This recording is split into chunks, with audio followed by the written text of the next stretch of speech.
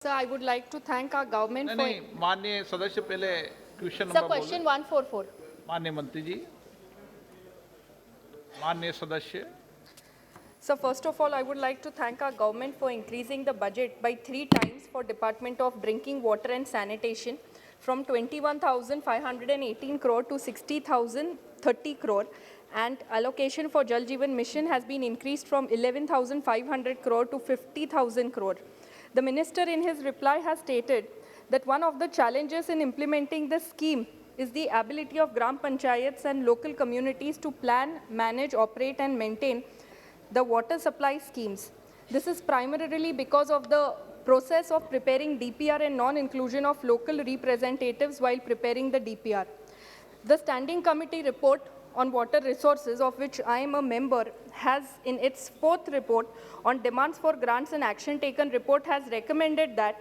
based on the past experience regarding preparation of DPR of any project, there have been numerous issues that arise due to not properly taking into account the area-specific needs with which the local elected representatives, that is the members of parliament, are expected to be well conversant. Considering this aspect in view, the committee urges the department to take that all necessary steps to have inputs from local MPs at the DPR preparation stage for better implementation of the scheme. Sir, through you, I would like to know from the minister whether the government will plan to consult with the states to amend the existing guidelines for including the views of local members of parliament while preparing the DPRs under the Jal Jeevan Mission.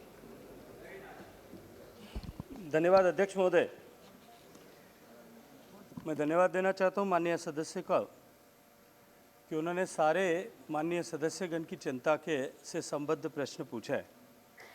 लेकिन साथ ही साथ में अत्यंत खुशी के साथ में आप सबके साथ में आपके माध्यम से सारे सदस्यों के साथ में ये साझा करना चाहता हूं कि हमने ऑलरेडी स्टेट्स के चीफ सेक्रेटरीज़ को एक पत्र लिख करके नोटिफिकेशन भेजा है कि आने वाले जल जीवन मिशन के प्लानिंग के लिए डिस्ट्रिक्ट लेवल प्लान बनाते समय माननीय संसद सदस्यों से आवश्यक रूप से उनसे सहमति ली जाए और डिस्ट्रिक्ट लेवल प्लान को बनाने के बाद माननीय सदस्यों को भेजा जाए। 15 दिन में माननीय सदस्य जो उसमें चेंजेस या सजेशंस रिकमेंड करते हैं, उन चेंजेस और सजेशंस को आवश्यक रूप से उसमें शामिल किया जाए। यदि किसी ऐसी टेक्निकल परिस्थिति के कारण से उनको शामिल करना संभव नहीं है तो मीटिंग ऑफ मिनट्स में जो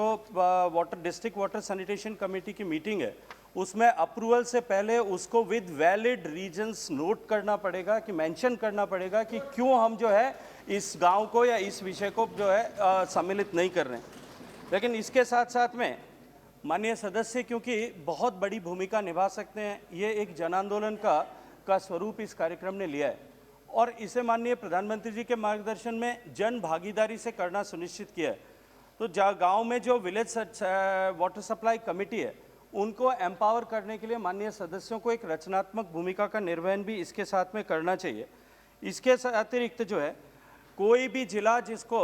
100% जल कनेक्टेड जिला जल जीवन मिशन के दृष्टि से जल समृद्ध जिला यदि घोषित किया जाएगा, उससे पहले मेंबर ऑफ पार्लियामेंट से उसका रिटर्न अप्रूवल उनको लेना पड़ेगा ताकि कोई भी गांव पीछे नहीं छूट गया हो।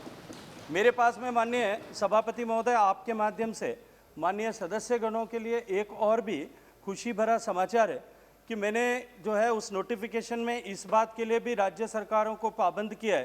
कि ऐसे कार्यक्रम के लिए माननीय प्रेमचंद्र जी ने एक दिन मुझे बहुत दुख के साथ में फ़ोन किया था और अनेक सदस्यों ने, और मैं ईमानदारी से इस बात को स्वीकार करता हूं कि मेरे अपने लोकसभा क्षेत्र में भी जल जीवन मिशन के कार्यक्रम के बारे में कहाँ कार्यक्रम हो रहा है उसकी सूचना राज्य सरकारें नहीं देती थी। मैंने आवश्यक मैंडेटरी उसमें किया है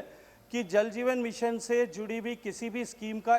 भूमि पूजन और उसका शिलान्यास माननीय संसद की सदस्य जो है स्थानीय संसद सदस्य उसकी उपस्थिति में ही होगा और उनके प्रोटोकॉल के अनुरूप, उनके गरिमा के अनुरूप जो है वो कार्यक्रम विभाग आयोजित करे। मुझे लगता है कि माननीय सदस्य ने जो चिंता जाहिर की थी वो सभी सदस्यों की चिंता थी और इसके बाद में माननीय सदस्य दिशा की मीटिंग के समय में भी उसकी समीक्षा कर सकेंगे और माननीय सदस्यों का पूरा इन्वॉल्वमेंट उसमें रहे ताकि ये प्रोग्राम जो है ये प्रोग्राम सक्सेसफुली इम्प्लीमेंट किया जा सके, ऐसा मैं सबसे अनुरोध करूँगा।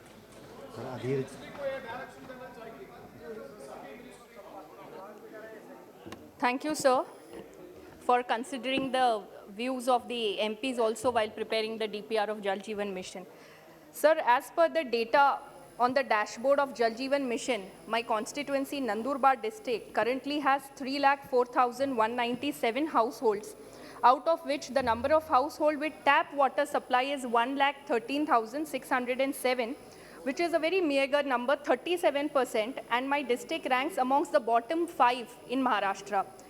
So the aim of this mission is to provide pipe water supply by 2024, and this is one of the priority projects of our Honorable Prime Minister also. But sir, with such pace, it will not be possible to achieve the desired objective by 2024. Sir, through you, sir, will the minister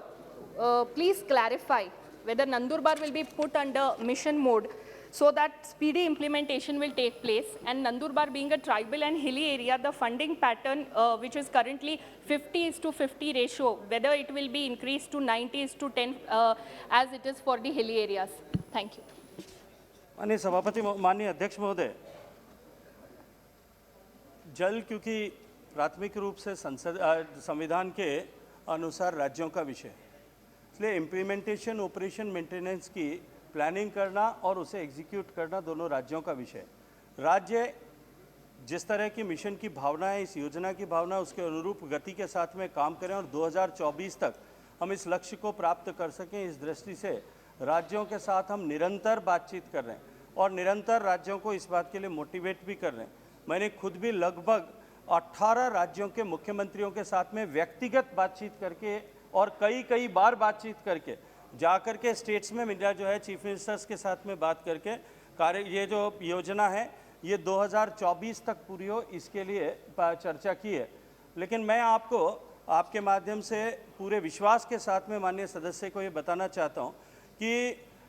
निश्चित रूप से ये माननीय मोदी जी की सरकार है और यहाँ परंपरा तय है और अब तो पूरा विश्व इस बात को विश्वास करता है, पूरा विपक्ष भी इस बात को निश्चित रूप से मानता है कि जो कार्यक्रम हमने लिया है उसको तय समय से पहले पूरा किया है और लक्ष्य जितना रखा गया था उससे ज़्यादा नंबर्स तक पूरा करने का प्रयास किया है। मैं माननीय सदस्य को इस बात का भी विश्वास दिलाना चाहता हूँ कि आपके ज़िले को लेकर के एक बार फिर व्यक्तिगत रूप से मैं राज्य सरकार के साथ में समीक्षा करूँगा। साथ ही साथ जहाँ तक आपने फंडिंग पैटर्न की बात की है, हमने प्रायोरिटी जो है ऐसे जिलों को प्रायोरिटी देना अपनी गाइडलाइन में लिखा है। मैं सदस्यों से आग्रह करूंगा कि एक बार आपको गाइडलाइन जो हमारी वेबसाइट पर अवेलेबल है उसको निश्चित रूप से देखना चाहिए। उसमें प्रायोरिटी एरिया जो लिखे हैं, हिली एरिया, ट्राइबल पॉपुलेशन जहाँ है वो एरिया, और उसके साथ साथ में डेजर्ट और डिफिकल्ट एरिया या जहाँ पे क्वालिटी रिलेटेड इश्यूज़ हैं उन एरिया को प्राथमिकता के साथ में पूरा करें और ऐसे चैलेंज्ड एरिया जहाँ हैं उन स्टेट्स को भी हमने एडिशनल बजटरी रिसोर्सेज दिए हैं। तो मैं ये चाहूँगा